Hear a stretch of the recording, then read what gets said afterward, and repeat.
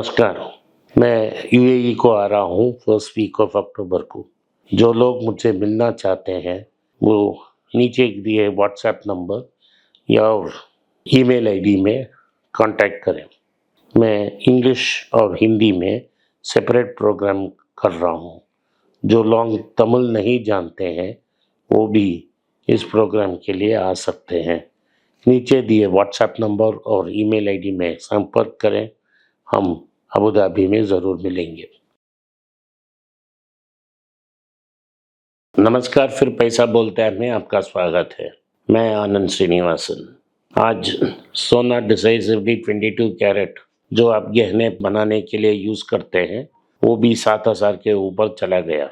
तो अगर आप जीएसटी लगते हैं तो 7,200 रुपया के ऊपर चला गया। निर्मला सीतारामन जी ने टैक्स को कम किया था, उस समय 300 रुपया नीचे आया था, लेकिन उसी समय मैंने आपको बताया था कि ये टेम्पररी रीजंस हैं। उसके बाद मार्केट फिर से रैली हो जाएगा और 7,000 पार कर देगा।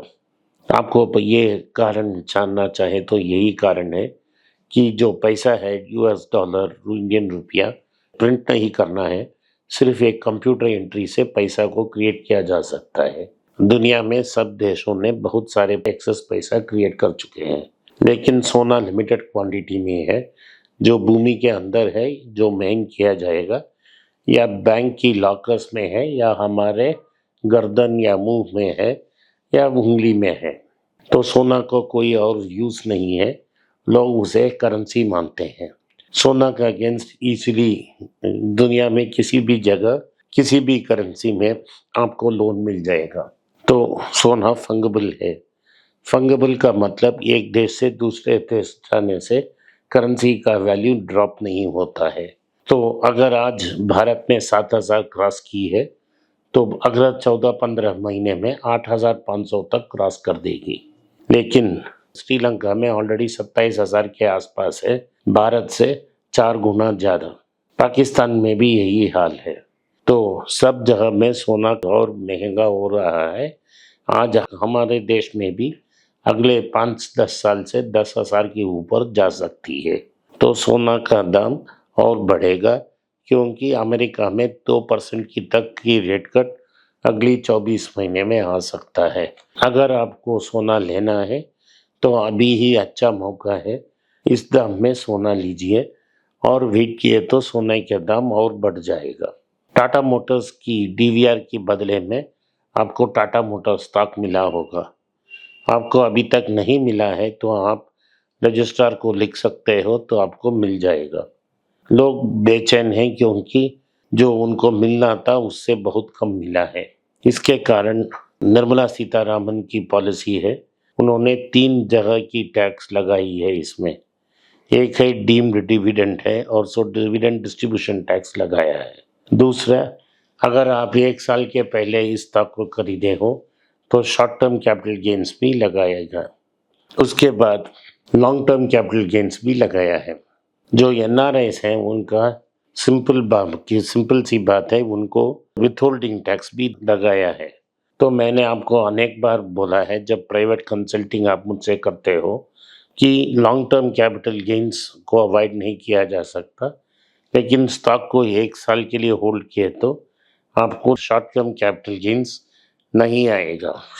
तो एनआरआईस के लिए एक स्पेशल स्कीम मैडम ने लाई कि विथहोल्डिंग टैक्स डालते हैं। इस विथहोल्डिंग टैक्स लगभग 30% की होती है, तो एनआरआई की 30% की टैक्स है। ये उनकी फॉर्म 27 ES में आएगी। अगर आप सही रिटर्न फाइल करेंगे तो आपको ये टैक्स वापस मिल जाएगा। डिविडेंड टैक्स अपने इनकम टैक्स के साथ आप एडजस्ट कर सकते हो। तो ये रहा टाटा मोटर्स का। अगर आप कैलकुलेशन ठीक तरह से करते हो तो आपको सीधा पता लगा जाएगा कि क्यों आपका टैक्स इतना लगाया है। नोवो नॉर्डिस्क का कंपनी का जो मार्केट है वो 570 बिलियन क्रॉस हो गया है। नोवो नॉर्डिस्क का कंपनी डेनमार्क में रजिस्टर्ड हुआ है, सो डेनमार्क से शुरू हुआ है। ये पहली बार ऐसा हो रहा है कि इन डेवलप्ड नेशन में कंपनी की स्टॉक मार्केट कैपिटलाइजेशन कंट्री की जीडीपी से ज़्यादा हो गई है। तो लोगों को ख्याल डेनमार्क में था इसके कारण इंस्टेबिलिटी आ सकती है। लेकिन डेनमार्क की पीएम ने बताया कि इस कंपनी की वैल्यूएशन जाने से उनका गर्व भी बढ़ता है और कॉर्पोरेट्स के ऊपर लोग का विश्वास भी बढ़ेगा। आर्थिक वजह कुछ नहीं होगा और नोवो नॉर्डिस्क तो डेनमार्क की जीडीपी का सिर्फ 7% है। तो ये रहा नोवो नॉर्डिस्क का न्यूज़। हमने 2-3 साल पहले फेडरल बैंक को कंसिडर करने के लिए बोला था। ये हमारे पटाखे लिस्ट में था।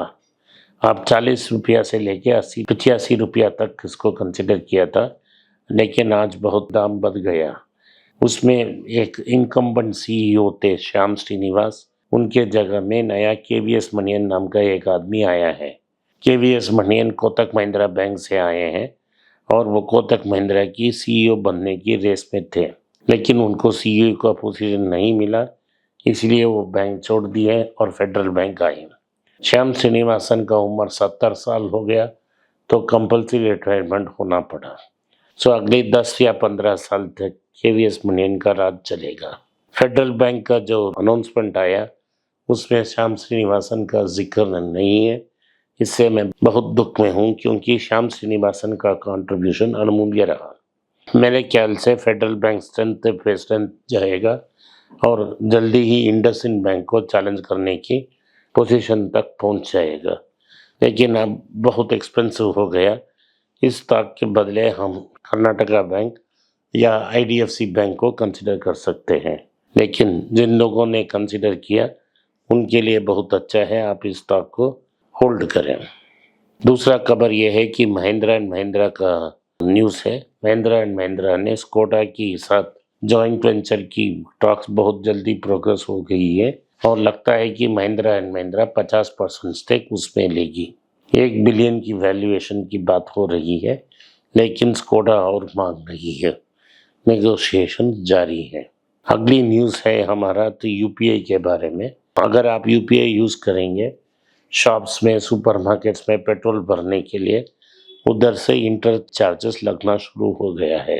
लेकिन यूपीआई का एनसीपीआई का दावा है कि ये कस्टमर को जो पे कर रहा है उसको अफेक्ट नहीं करेगा, जो मर्चेंट है उनसे ही हम लेंगे। सो हमको देखना पड़ेगा इससे यूपीआई का यूसेज कम होता है या बढ़ता है। जो सर्वे हुआ है उस सर्वे में अनेक लोग ने ये बोले है कि हम अपना यूसेज कब करेंगे। तो कोई क्लेम कर रहा था कि ये कैश का सब्स्टिट्यूट है। अगर आप पैसा चार्ज करते हो ये एक और क्रेडिट कार्ड हो जाएगा, उसे कैश का सब्स्टिट्यूट नहीं होगा। अल्ट्राटेक सीमेंट्स का take over of India cements मार्च 31 तक कंप्लीट हो जाएगा, कंपटीशन कमीशन में पेंडिंग है।